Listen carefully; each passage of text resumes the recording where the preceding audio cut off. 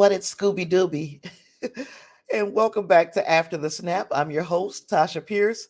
And today I'm bringing you my spoiler free review of Netflix's Red Notice. I'm going to tell you what Red Notice says it's about. In the world of international crime, an Interpol agent attempts to hunt down and capture the world's most wanted art thief.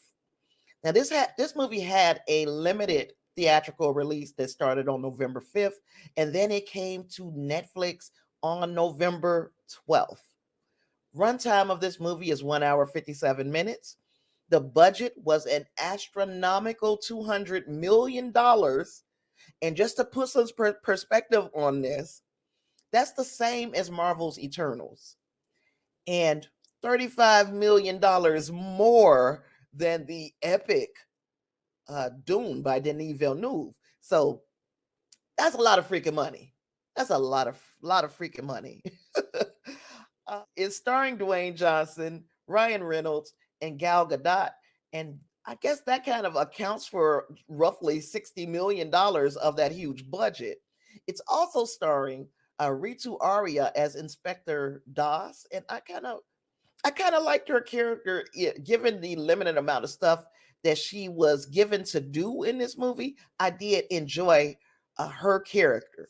This movie is going to give you vibes like National Treasure, Raiders of the Lost Ark, Ocean's 11, those types of influences. You can see all of those influences very apparent in this movie. It's formulaic kind of buddy heist, cops and robbers type movie.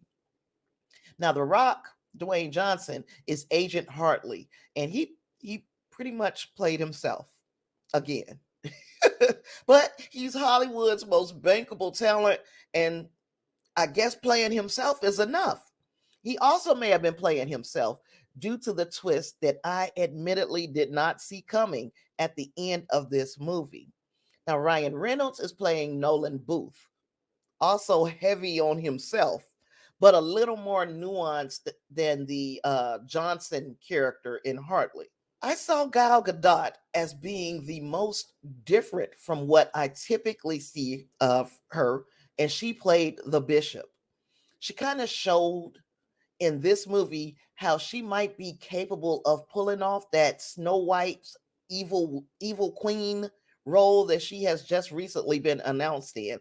So I'm going to be looking to see how she does in that movie, because she really played a different type of character in this movie than what I'm typically used to seeing her play.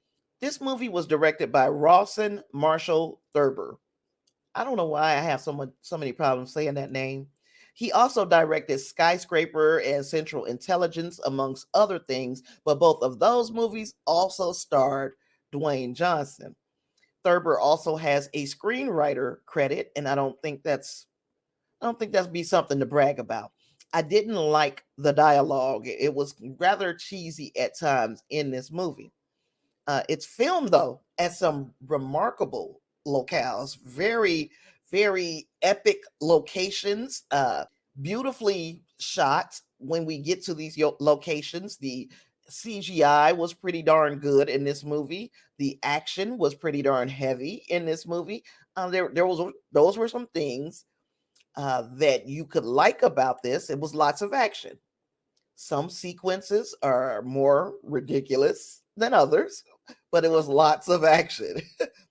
And like I said, dialogue was a bit stilted, except with the king of ad libs, Ryan Reynolds. He did his thing. We know what Ryan Reynolds brings to a role, and that is that snark and sarcasm that he exhibits so well. And I'm pretty sure that a lot of his snarky comebacks were ad libbed in this movie.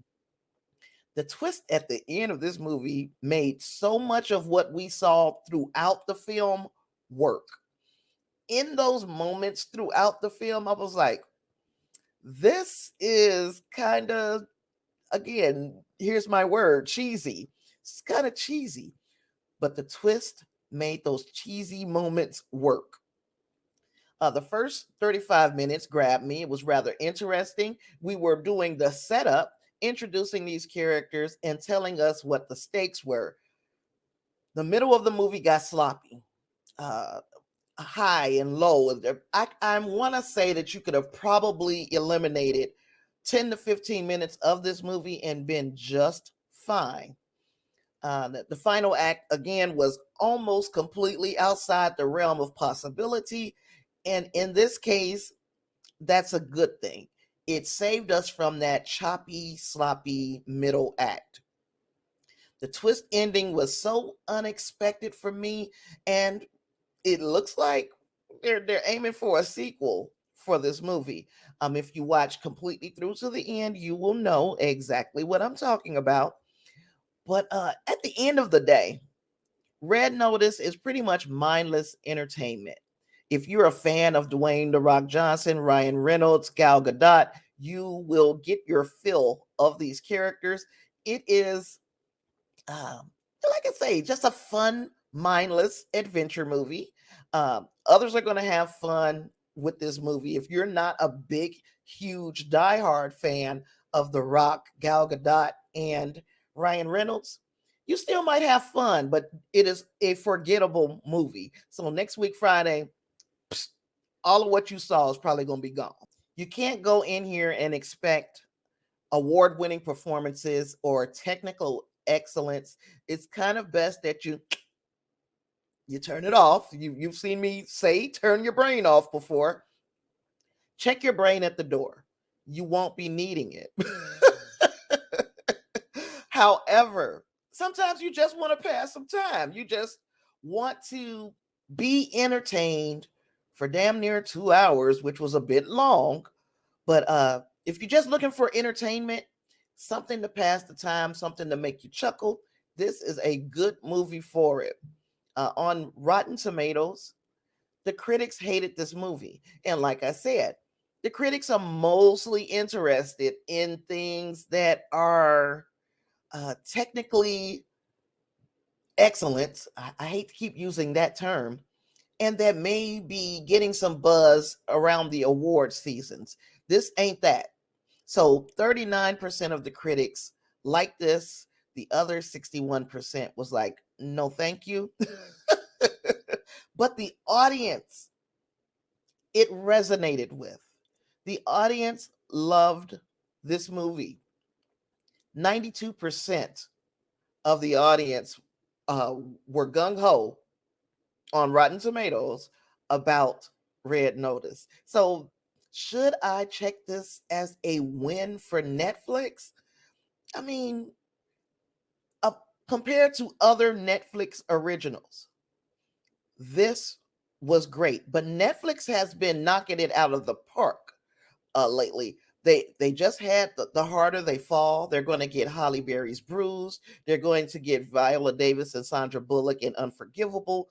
It looks like they are making an effort to bring us better entertainment in the form of their movies. They want to be more consistent, and this one was consistent enough for me.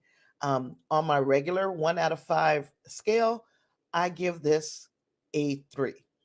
So let me know if you have watched Netflix's Red Notice. Go ahead and comment below. I would love to hear your thoughts, what you thought of the movie. Let me know also if this review has made you say to yourself, I might want to watch Netflix's Red Notice. Hopefully, I gave you a little perspective on what you might expect, and whether or not you might want to watch Red Notice. I'm sorry. With all that being said, I hope that you will consider subscribing to my channel, hitting the like button if you enjoyed this video, and turning your notifications on so you won't miss one of the 5 live streams I do weekly or upcoming videos. With all that being said, I've got nothing else. I thank you for spending time with me today, and I'll see you in the next review. Peace.